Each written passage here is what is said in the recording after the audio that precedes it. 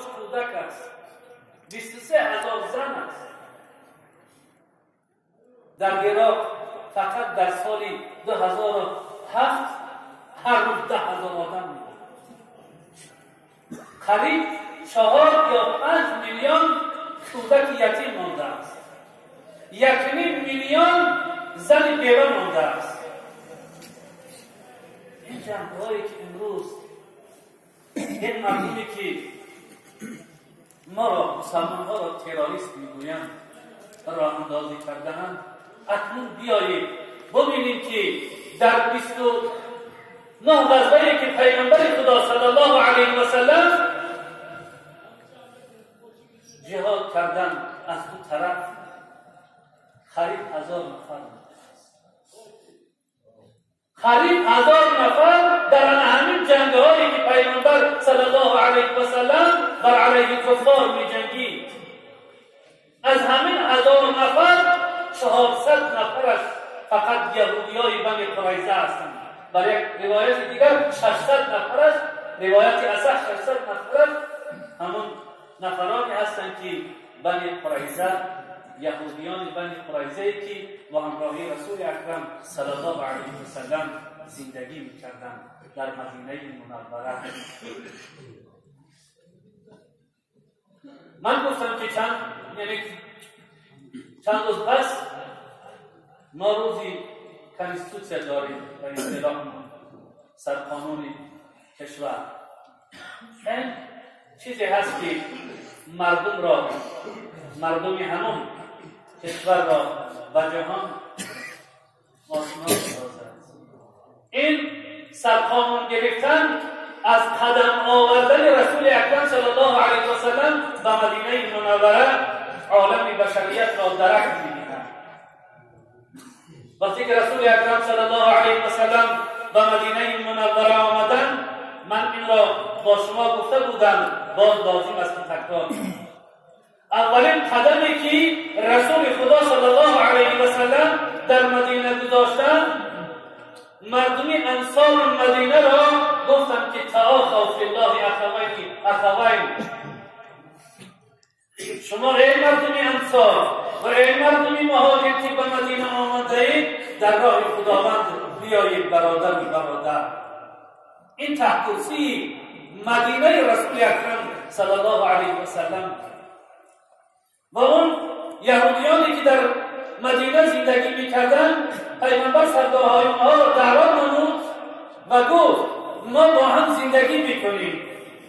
شما که ایمان نیارید در دین خودتون باشید. فقط من از شما خواهش می‌کنم شما اون حقوقی که در مدینه با ما مسلمانان همجوار زندگی می‌کنید، حق همجواری را، حق همسایگی را رعایت کنید. اگر دشمن بر مدینه هجوم کرد، شما نمیخواهید یادم کنید، یاری نکنید، اما با خبر باشید که از جانب شما برای ما دشمن وارد نشود. شما خیانت نکنید، زندگی آرامانه خود را داشته باشید. ما مردمان کشور مناسب حفظ میکنیم. این یهودیان این مصلحت را، این مشورت را از رسول اکرم صلی الله علیه و سلم پذیرفتند. اما ای مسلمانان، قرآن خود شاهد است. از طول تاریخ با تمام پیغمبران این یهودیان بدبخت خیانت کردند. آخران با محمد صلی الله علیه و سلم خیانت کردند. سال 5 هجرت بود، بعضی ها 6 میگویند. وقتی که مشرکین جهان بر علیه اسلام و پیروانش، بر علیه محمد صلی الله علیه و سلم و امتانش قد علم کردند، 10,000 لشکر جمع کردند که در قرآن اینها را احزاب میگویند. از همه قبیله و از همه گروه های دنیا جمع شدند به خاطر ریشه‌کن کردن اسلام، به خاطر از بیخبون برکندن مسلمانی بود. پیغمبر صلی الله علیه و سلم که اگر ما تمامی دارایی مردم مسلمان مدینه را اگر جمع می‌کردیم، عذاب نمی شدن. پیغمبر خدا صلی الله علیه و سلم وقتی که دید این انبوه بزرگ به سوی مدینه رسیدگار است، می تواند که بیخوبون مردم مدینه را از هم بکند، همه را به خاک و خون بکشاند. مسلمانان عزیز، این رفتاری که رسول اکرم صلی الله علیه و سلم انجام دادند برای امروز ما عبرت است.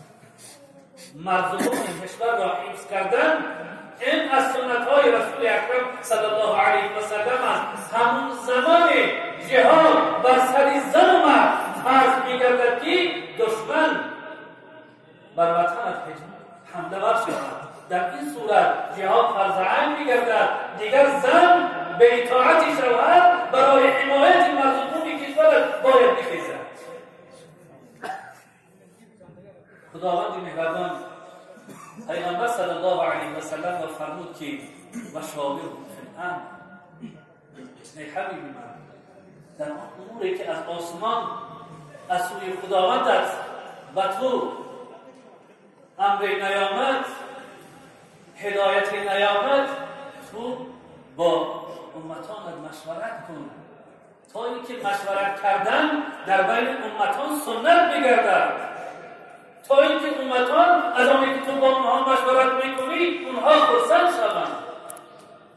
حضرت انس رضی الله تعالی عنه میگوید که با خدا قسم در یگان امر من ندیدم که کسی از اصحاب پیغمبر صلی الله علیه و سلم دیده بیشتر در کارها مشورت کنه.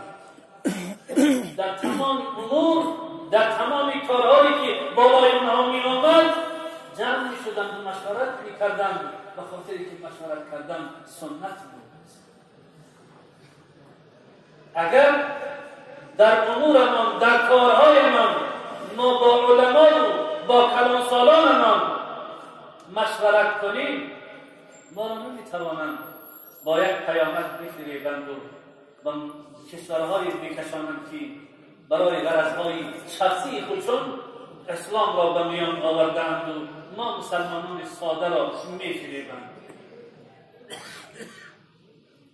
در این زمان پیغمبر گرامی اسلام اصحاب را به مشورت خواند. گفت لشکر انبوهی آمده ایستاده است. ما آیا می توانیم که در مقابل اینها براییم و بیجنگیم؟ جوانان شیرمرد گفتند که ما می توانیم. اما پیغمبر صلی الله علیه و سلم و ما ارسلناک الا رحمة للعالمین گفته از خداوند. ای حبیب من تو را به سوی خلق نفرستادم مگر رحمت برای تمام عالمیان. قطع نظر که او کیست، مسلمان است یا غیر مسلمان، تو رحمت برای عالمیانی. ما نمیخواست که مسلمانان شدن.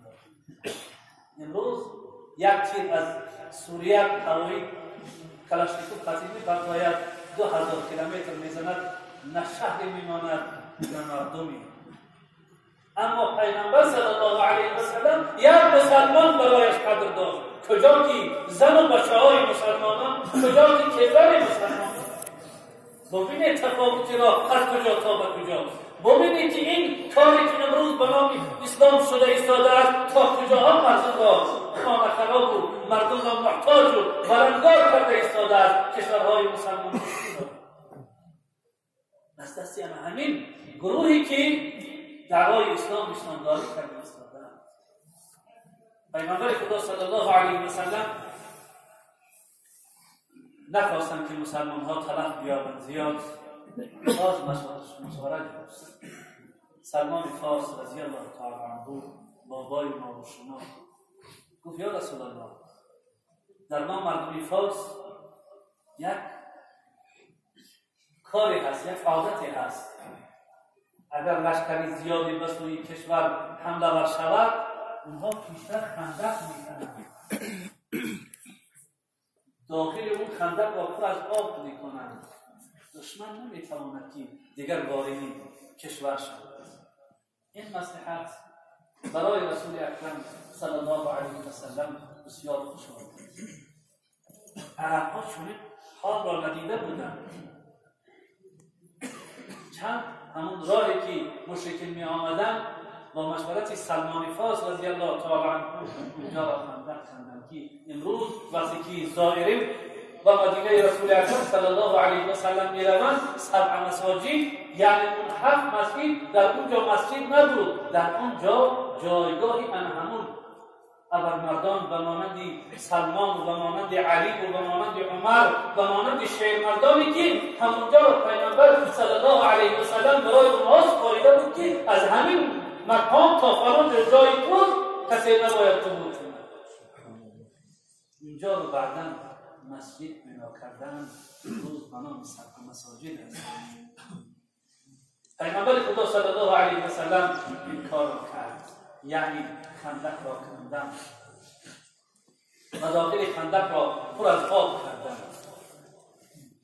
مردم عرب در بیابان میزیستند، چون این آبی کلان را ندیده بودند، حیوان‌هاش هم ندیده بودند. وقتی که مشتران بلد خندق می آمدن تفا می گشتند و می گرفتند برای در حیاتشون، چون این باهیمه را ندیده بودند. خلاصه که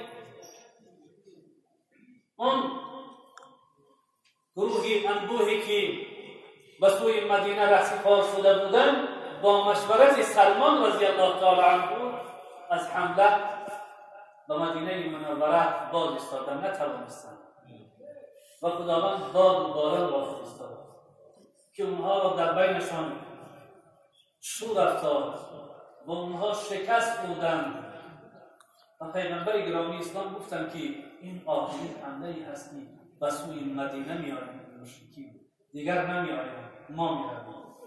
پیغمبر صلی الله علیه و سلم این یک معجزه بود از جانب خداوند برای پیغمبرش فرمودن. اکنون سخنمان سری بنی قریظه می‌رفت.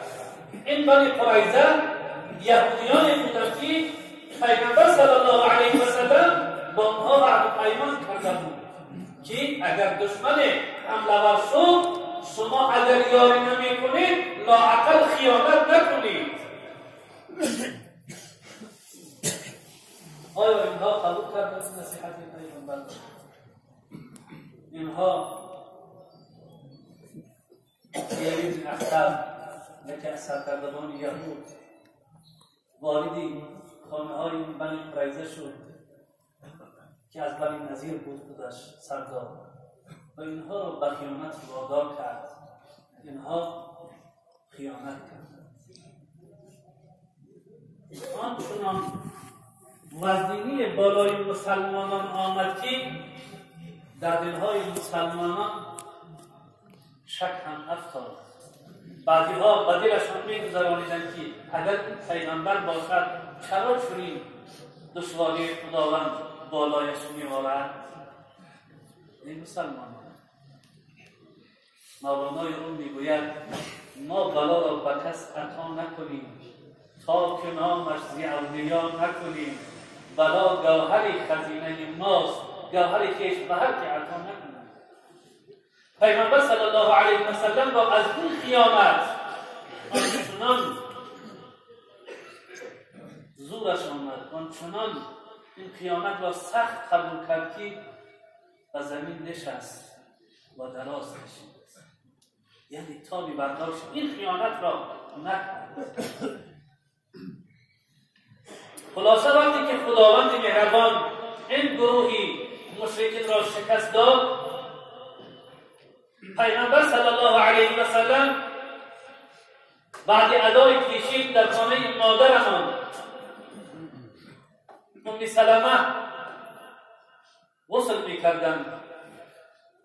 جبرائیل امین آمد با همان لباس آزار جنگی، گفت ای حبیبی خدا لباس‌های جنگی را شما از تنتون کشیدید؟ گفت آری. گفت ما نکشیدیم. خدا نمی‌بخشد آن کسی را که بر پیغمبرش در حبیبش خیانت کردند. ما تا بنی قریظه را یک طرف نکنیم، ملائکه که با من آمدند اونها لباس‌های جنگی خود را نمی‌پوشند. پیغمبر صلی الله علیه و سلم لباسها را دوباره پوشیدند و لشکر مجاهدین را گفتند که نماز عصر را در بنی قریظه می‌خوانید. اونها رفتند در بنی قریظه مدت جنگیدند و اون بنی قریظه شکست بود، همه تسلیم شدند. همون 600 نفر مرد بودند با همه زن و کودکانشان که در قلعه ایستاده بودند، اونها همه تسلیم شدند. مسلمانان عزیز، اگر ما تاریخ را ورق بزنیم، غیر محمد صلی الله علیه و سلم سرلشکری نمی‌بینیم که جای غلبه کرده باشد و خود قضاوت نکرده قضاوت را به خود اونها می‌سپارد. یگانه حبیب خدا است. یهودیان را پرسید شما می‌خواهید کی با شما قضاوت کند؟ گفتند که سعد بن معاذ. این مسلمان سعد بن معاذ یکی از مجاهدان دلاوری مردمی انصار بود.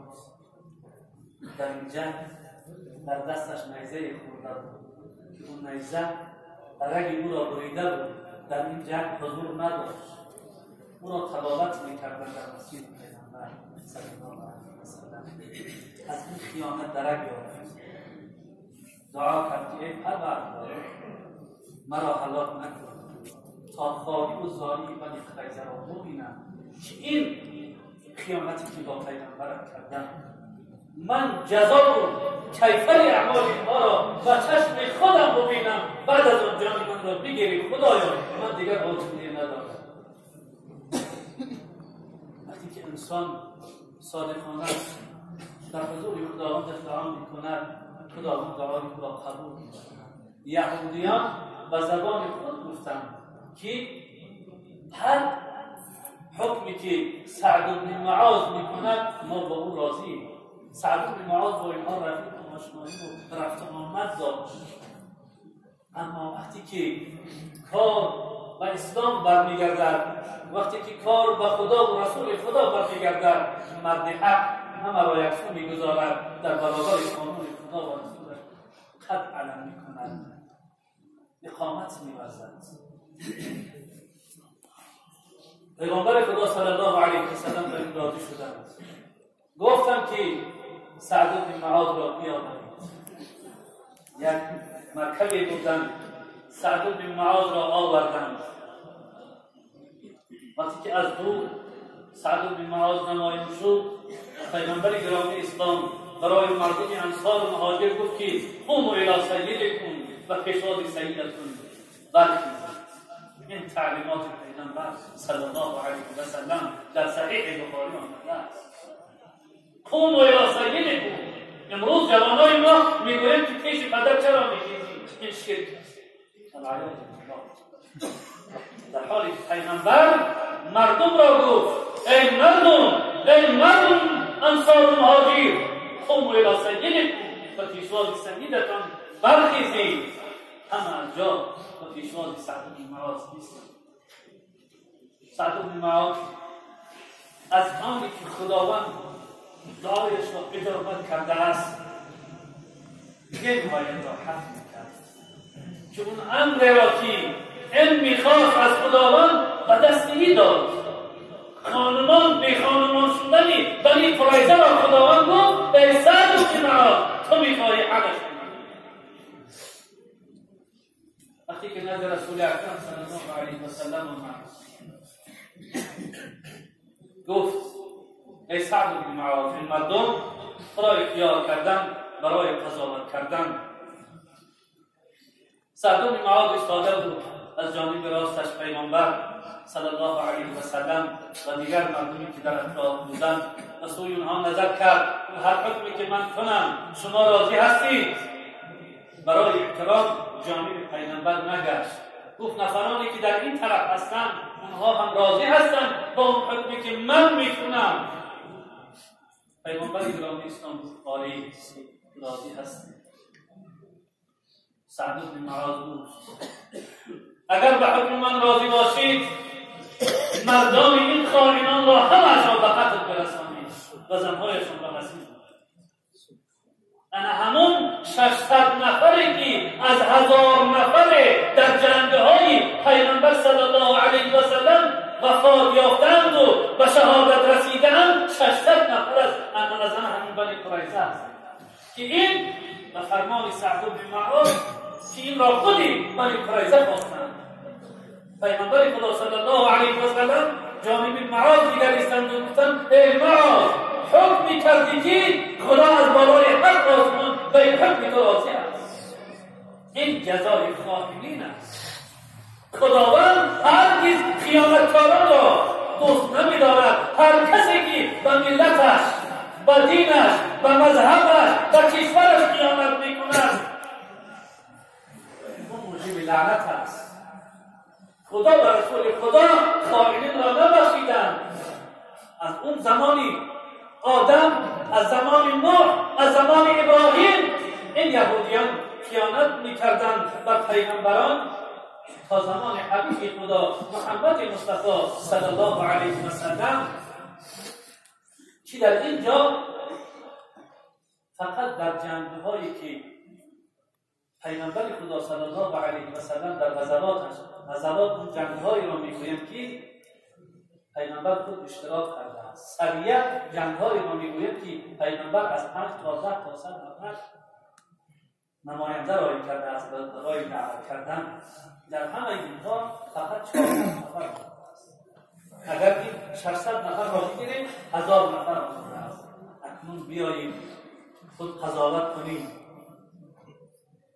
که چی رئیس است؟ آیا محمد؟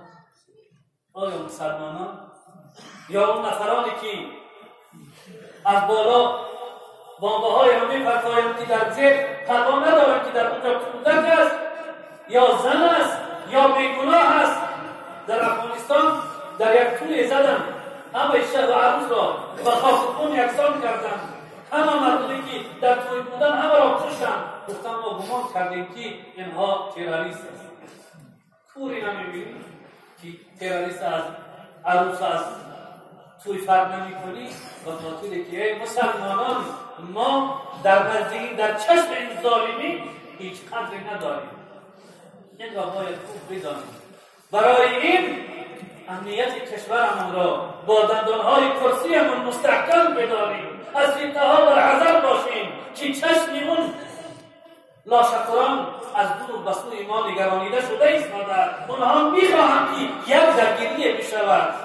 همه این ما را به خاک و خون می‌کشند. دیگر ما فرقی نداریم که ما کی هستیم، زن یا مرد، مسلمان یا غیر مسلمان. برای این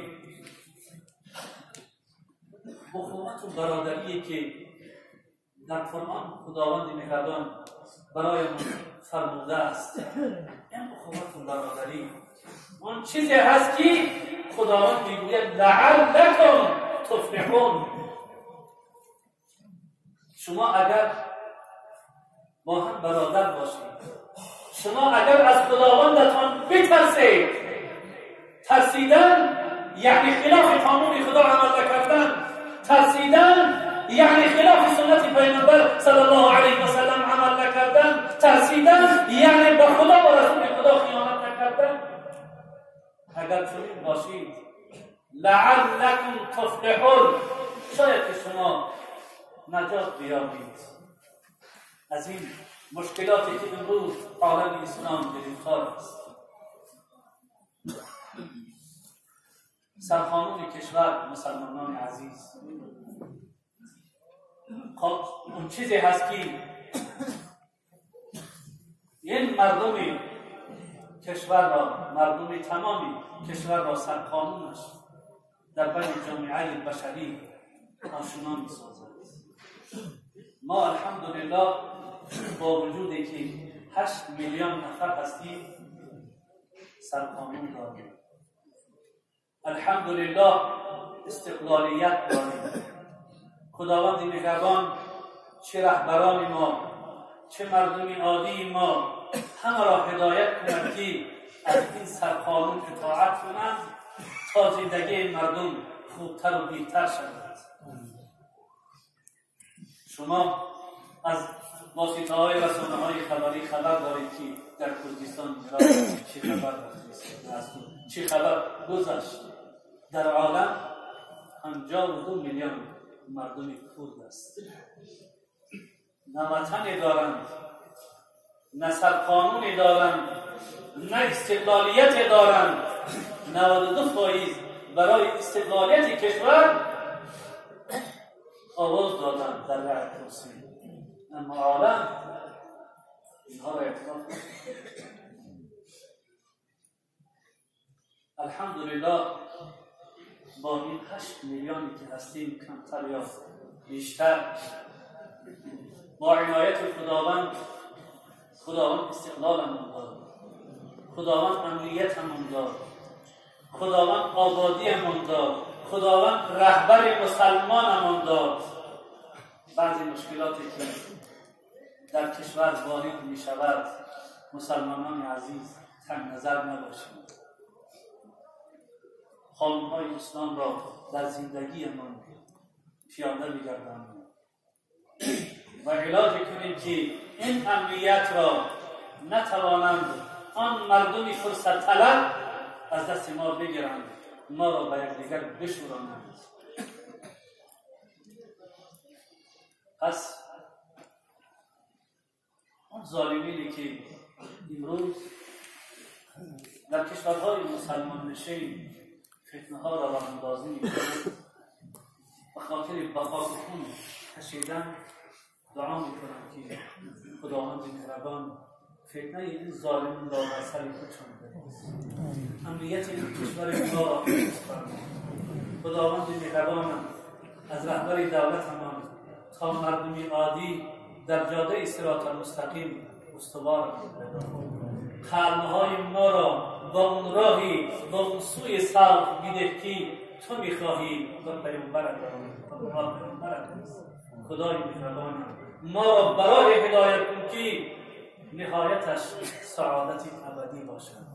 خداوند مهربان بیمارانی که در خانه‌ها داریم، از مادرانی که بیمارند، خداوند مهربان از خزانه غیبت شفای عاجل و کامل برای